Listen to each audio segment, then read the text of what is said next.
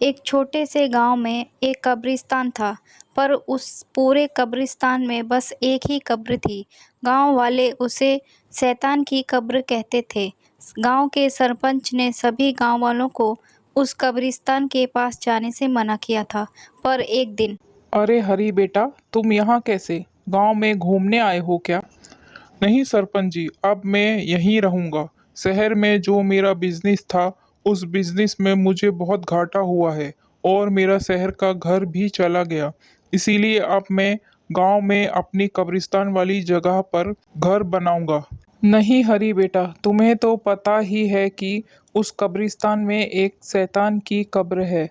तुम्हारे दादाजी ने ही तो उस शैतान को उस कब्र में बंद किया था। अगर उस कब्र को खोदा गया तो वो शैतान बाहर आ जाएगा और पूरे गांव के लोगों को मार देगा। मैं इन काल्पनिक कहानियों को नहीं मानता।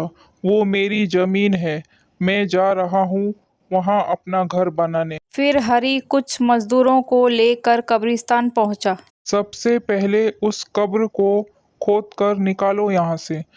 मजदूरों ने जैसे ही खोदना शुरू किया, अचानक तेज हवाएं और बिजली कड़कने लगी। तभी जमीन में से एक हाथ निकला और एक मजदूर का पैर पकड़कर उसे जमीन के नीचे खींच लिया। ये देखकर बाकी मजदूर डरकर भागने लगे। तभी हरी के पीछे एक शैतान आकर खड़ा हो गया। हरी ने जैसे ही पीछे मुड़कर देखा, तभी उस शैतान ने हरी को आधा जमीन में गाड़ दिया। तभी वहां गांव का सरपंच आ गया। उसके हाथ में एक तलवार थी।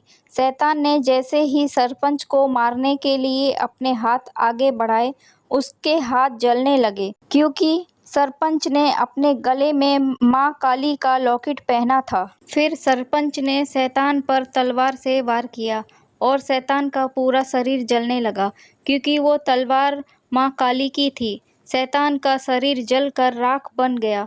उधर हरी भी आजाद हो गया।